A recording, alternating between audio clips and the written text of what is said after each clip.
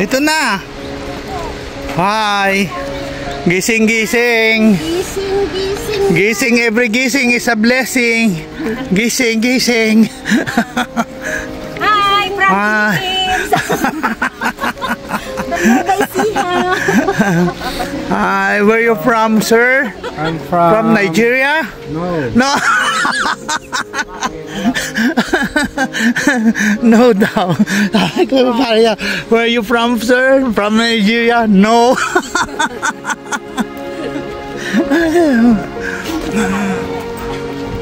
Oh, yung mga gustong mag-CR. Ayan, CR. Oh.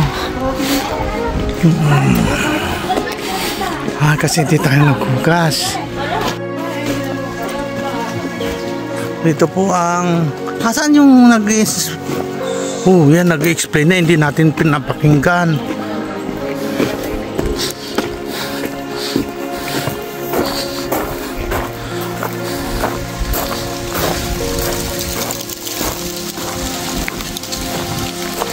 Pare ko, wala na akong lakas. Ay, na-explain ba?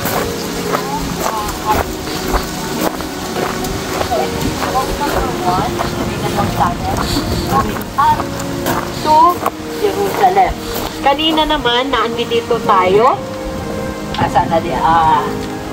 Hindi ninyo masyado makita dito ha. Andito tayo kanina sa Taf and Kerem at saka Even Sapir.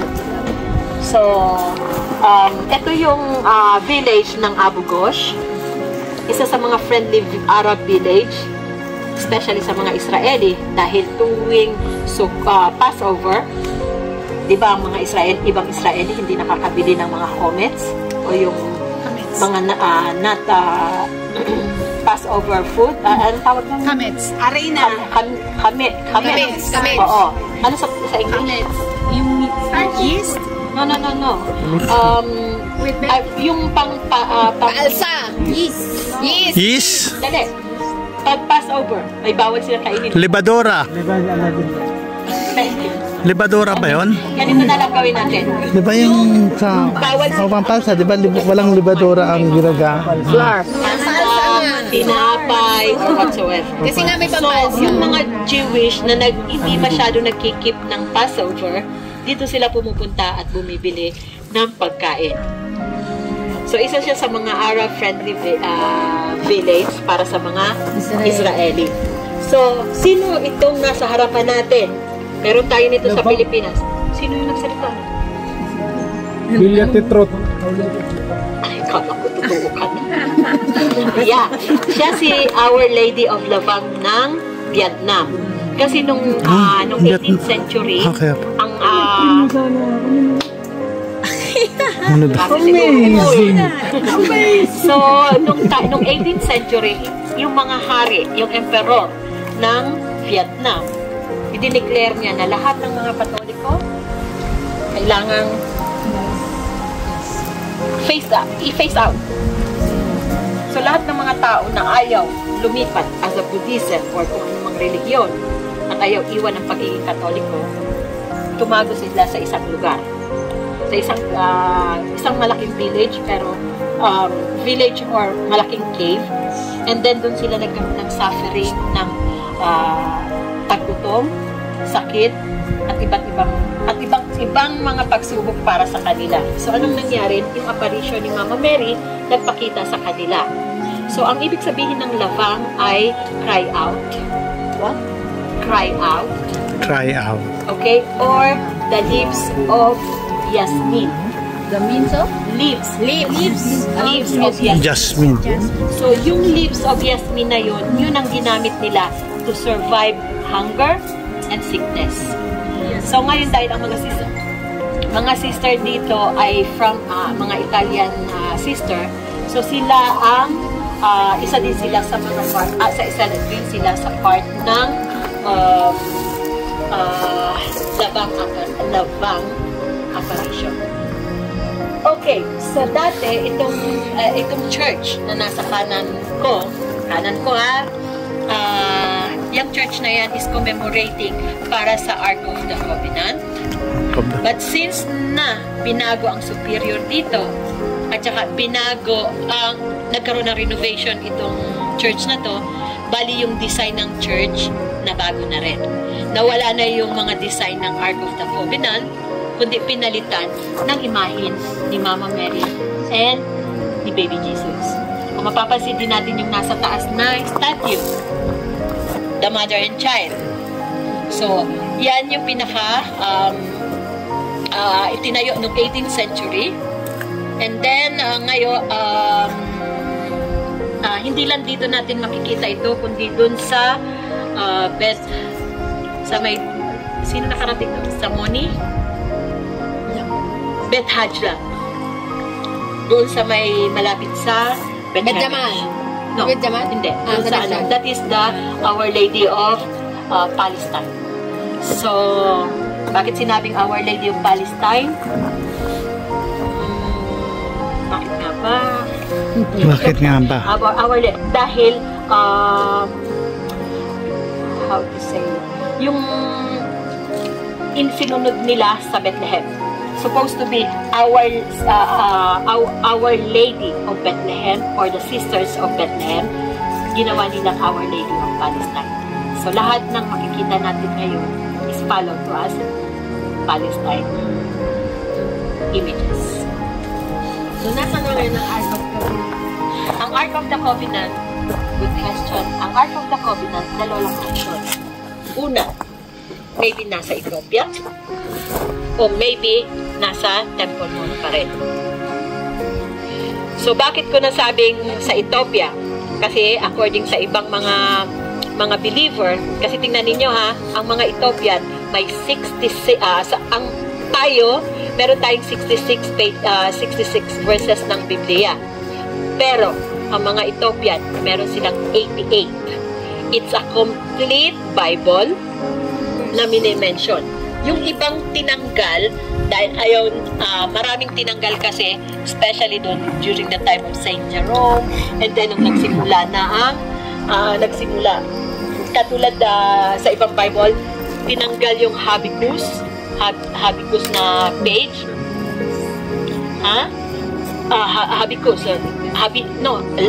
Leviticus yun. Meron pang iba, tapos meron pang ilang verses pa, ilang books pa ang nawala doon sa Bible na binabasa natin ngayon. So doon sa Ethiopia, doon sa Bible nila, doon nakasulat kung ano talaga kahit yung pagkabata ni Jesus Christ, nakasulat din doon. And then kung paano ibinigay ni King Solomon yung Ark of the Covenant sa kanyang anak, kay Queen Sheba. So, meron isang location sa Ethiopia na sinasabi na yun yung location kung saan pinaglalagyan ng Ark of the Covenant. Pero, pag tayo'y nagbasa sa Leviticus, Leviticus, ini-indicate doon kung paano gagawin ang temple at kung paano ilalagay ang Ark of the Covenant. Anong posisyon at kung paano siya tatakpan, kung paano gagawin. So, according nung 18th century, yung mga naunang archaeologists na inallow mag-excavate sa Temple Mount, nakita nila yung pag-move ng kasi ngayon di ba sa Temple Mount bawal tayong pumasok, di ba? Kundi yung mga Arab, mga Muslim lang. So yung inirelease ng archaeologists during the 18th century, nakita nila na may malalim na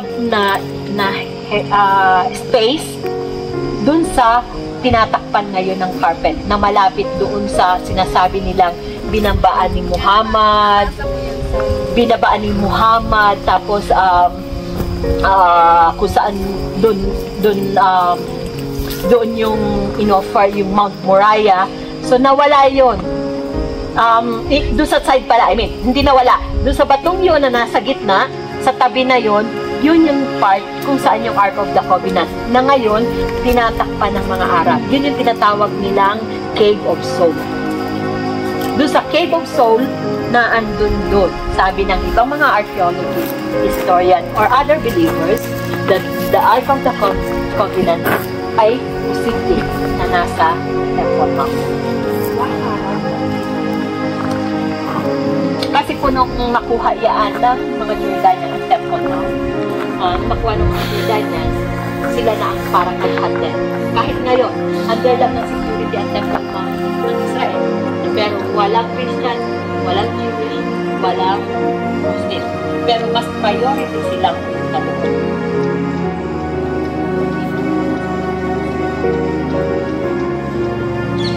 Kasi pinapaniwalaan nila si Muhammad lumipad ng unicorn force from Mecca to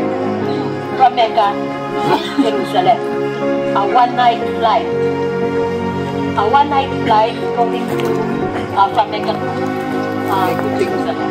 So lahat ng mga Muslim, Isaiah at the three holiest place nila. Mecca, Medina, and Jerusalem. Pero ang isang tanong, bakit hindi nila rin-rest sa Jerusalem? Alam niyo bakit? Nakatuwad sila kapag nagsasampasan. Ay, ito pala yung hinahanap ko doon kanina. Pangalan dito. Nakatuwad sila. Kanina pa kita hinahanap. Kasi hindi naman nila pinaka-follow sa kanila. Ang follow sa kanila is Mecca, na ang bibig mo kapag nila.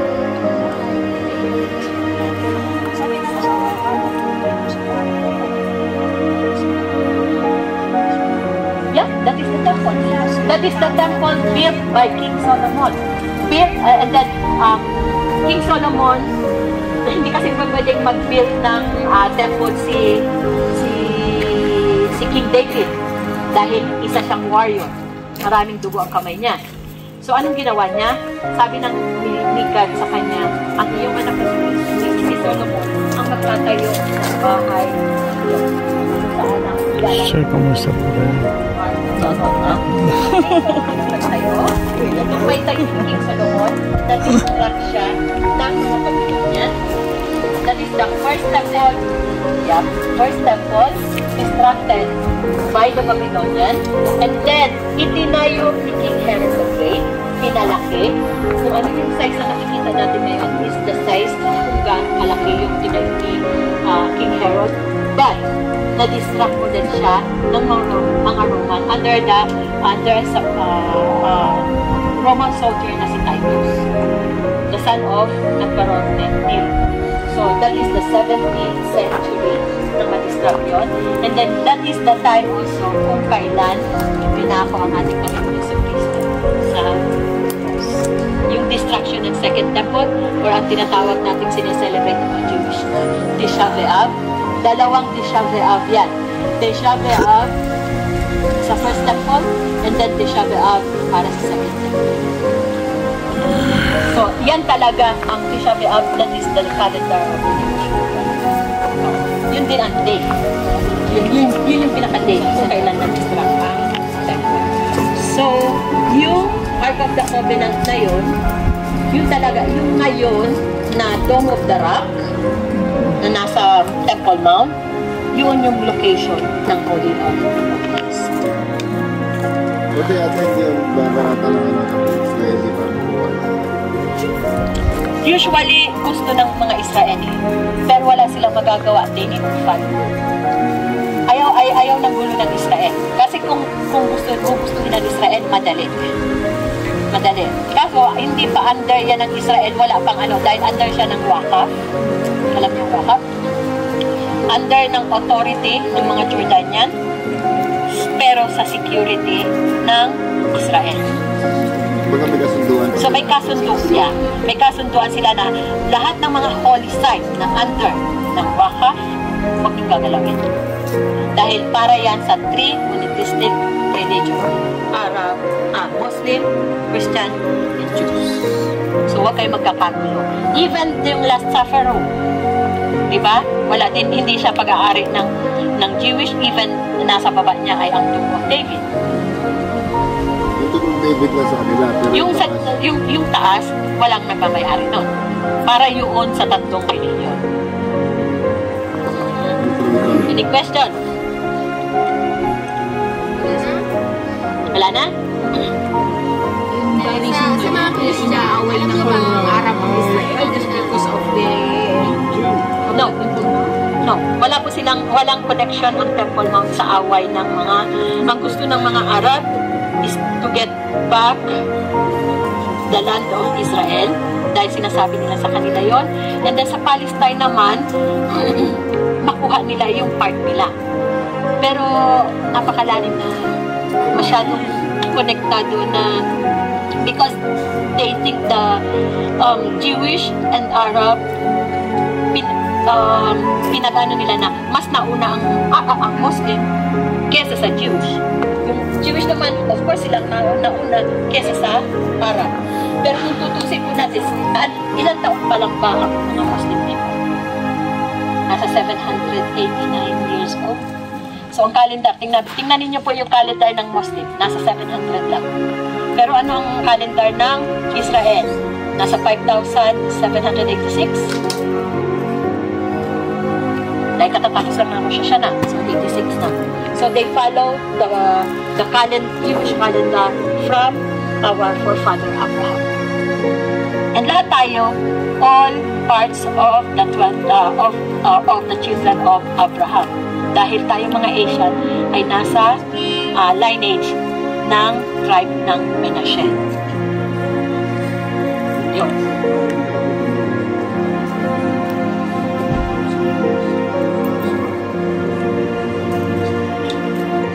Wala silang ma-mention kung kailan darating ng Messiah. Until now, they are still waiting.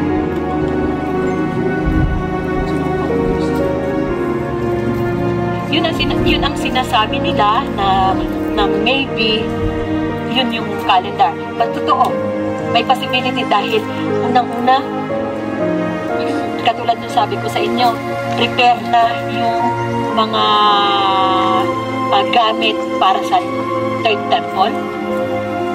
Iniintay na lang nila yung offering dahil yung isang heifer cow or red cow mag-i-expired na. Hindi kailangan maabutan ng expiration yung red cow na yun. Yung red cow na yun came from Colorado. 5 sila na dinala dito sa Israel. So, ngayon nasa farm dito sa Jerusalem. Dyan sa farm ng Jerusalem. And buhay na red cow. Kaya nga yung old party ko pa.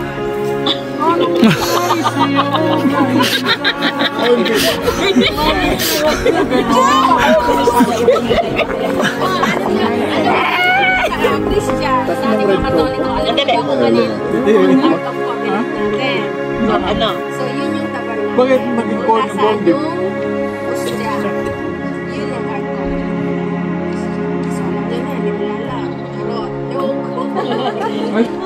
That is the second possibility. Yung tabernacle. Yes, tabernacle. Yung tabernacle dahil andun dun yung ostya na ipinangako sa ating Panginoon na this is my body. Kaya laging sinatasyon, this is the body of the blood of Christ. Yun. And this is, at saka yung cup, di ba? Yung tabernacle, di ba, nakapasok yung ostya. So, yung blood, and then yung cup. So, wag lang tayong mamimiss kasi namimiss-interpret yan ng iba na sinasabi bakit daw kinakain yung ba't ba yung sinasabi daw na blood and then by sinasabing this is my body. No, it's only commemoration. Dahil para inaano lang yun sa tinapay. May question dito. Kaya nga sa magtanong. Sige na. Tulog siya. Napakasarap na nga yung mga Jews na nag-prepare na para sa pagbabalik ng Messiah. No. Preparation to build a new temple. New temple. Pero To the third temple. Yung offering nila, yung para maitayo ulit yung pangatlong temple.